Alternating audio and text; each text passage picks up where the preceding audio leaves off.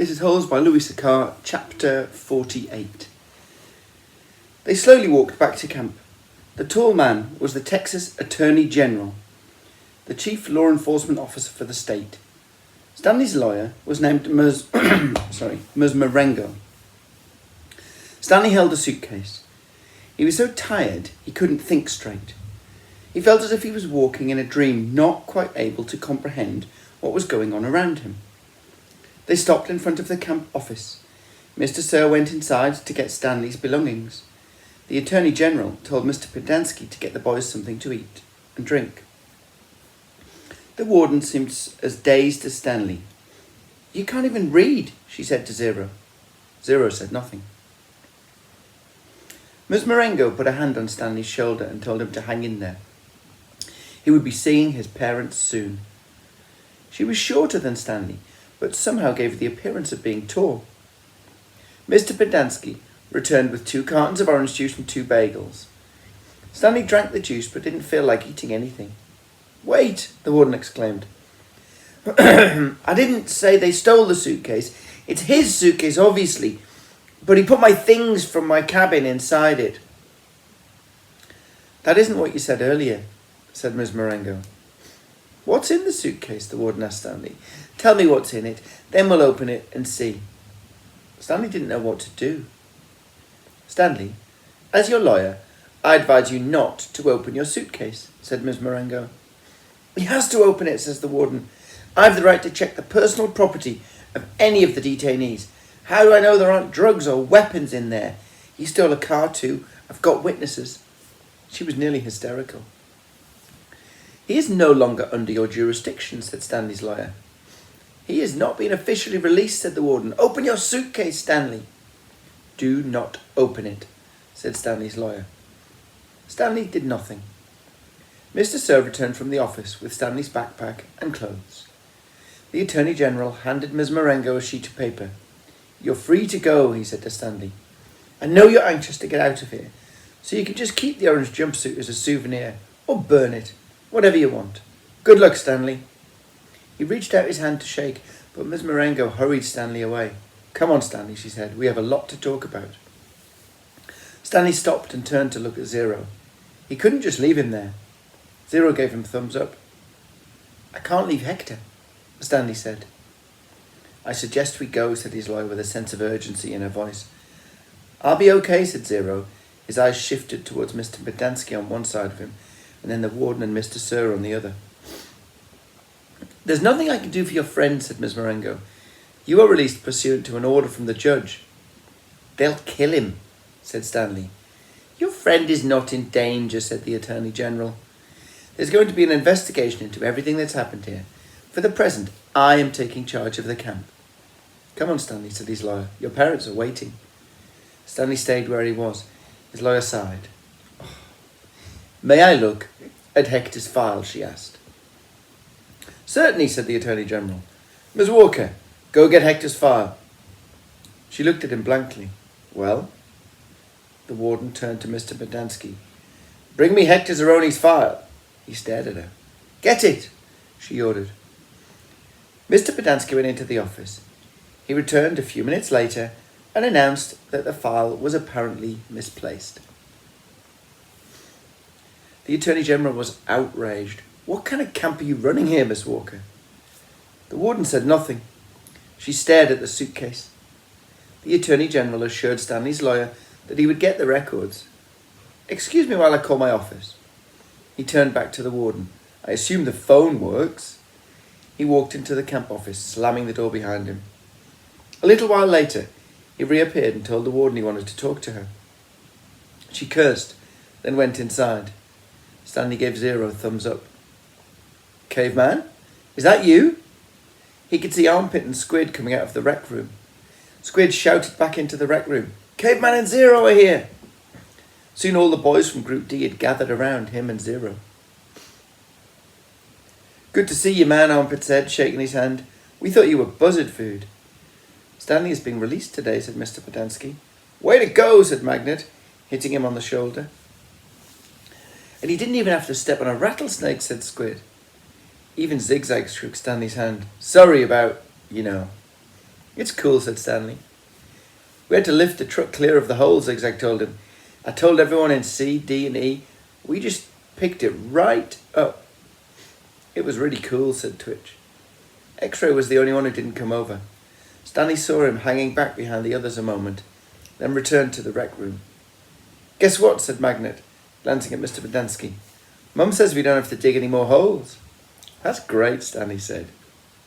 Will you do me a favour, asked Squid. I guess, Stanley agreed, somewhat hesitantly. I want you to... He turned to Ms. Marengo. Hey, lady, you have a pen and paper I could borrow? She gave it to him, and Squid wrote down a phone number, which he gave to Stanley. Call my mum for me, okay? Tell her I was sorry. Tell her Alan said he was sorry. Stanley promised he would. Now be careful out in the real world, said Armpit. Not everyone is as nice as us. Stanley smiled. The boys departed when the warden came out of the office. The Attorney General was right behind her. The office is having some difficulty locating Hector Zeroni's files, the Attorney General said. So you have no claim to authority over him. So you have no claim to authority over him? Asked Ms. Marengo. I didn't say that. He's in the computer. We just can't access his records. It's like they've fallen through a hole in cyberspace. A hole in cyberspace, Ms. Marengo repeated. How interesting. When is his release date? I don't know. How long has he been here? Like I said, we can't... So what are you planning to do with him? Keep him confined indefinitely, without justification, while you go crawling through black holes in cyberspace? The Attorney General stared at her. He was obviously incarcerated for a reason. Oh, and what reason was that? The Attorney General said nothing. Stanley's lawyer took hold of Zero's hand. Come on, Hector. You're coming with us. Chapter 49. There never used to be yellow-spotted lizards in the town of Green Lake. They didn't come to the area until after the lake dried up, but the townsfolk had heard about the red-eyed monsters living in the desert hills. One afternoon, Sam the Onion Man and his donkey Mary Lou were returning to his boat, which was anchored just a little offshore. It was late in November and the peach trees had lost most of their leaves. Sam? Someone called. He turned round to see 3 men running after him, waving their hats. He waited. Afternoon, Walter, Bo, Jesse. He greeted them as they walked up, catching their breath. Glad we caught you, said Bo. We're going rattlesnake hunting in the morning. We wanted to get some of your lizard juice, said Walter. I ain't scared no rattlesnake, said Jesse, but I don't want to come across one of those red-eyed monsters. I seen one once and that was enough. I knew about the red eyes, of course. I hadn't heard about the black teeth. It's the white tongues that get me, said Bo. Sam gave each man 2 bottles of pure onion juice. He told them to drink 1 bottle before going to bed that night, then half a bottle in the morning, then half a bottle around lunchtime. Are you sure this stuff works? Asked Walter. I'll tell you what, said Sam. If it doesn't, you can come back next week and I'll give you your money back. Walter looked around unsure as Bo and Jesse laughed. Then Sam laughed too. Even Mary Lou let out a rare hee-haw. Just remember, Sam told the men before they left, it's very important you drink a bottle tonight. You've got to get it in your bloodstream. The lizards don't like onion blood. Stanley and Zero sat in the back seat of Ms. Marengo's BMW. The suitcase lay between them. It was locked, and they decided they'd let Stanley's father try and open it in his workshop. You don't know what's in it, do you? She asked. No, said Stanley. I don't think so. The air conditioning was on, but they drove with the windows open as well because, no offence, but you boys really smell bad. Ms. Marengo explained that she was a patent attorney. I'm helping your father with a new product he's invented. He happened to mention your situation, so I did a little investigating. Clyde Livingston's sneakers were stolen sometime before 3:15. I found a young man, Derek Dunn, who said that at 3:20 you were in the bathroom fishing your notebook out of the toilet. 2 girls remembered seeing you come out of the boys' restroom carrying a wet notebook. Stanley felt his ears redden. Even after everything he'd been through, the memory still caused him to feel shame. So you couldn't have stolen them, said Ms. Marengo. No, he didn't. I did, said Zero. You did what? Said Ms. Marengo. I stole the sneakers. The lawyer actually turned round while driving and looked at him.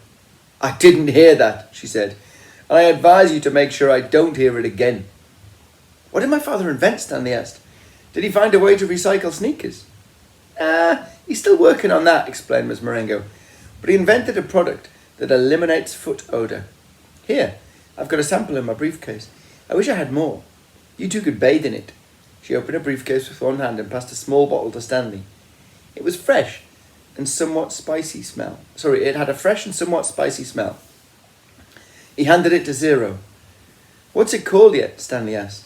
We haven't come up with a name yet, said Ms. Marengo. It smells familiar, said Zero. Peaches, right? Said Ms. Marengo. That's what everyone says. A short while later, both boys fell asleep.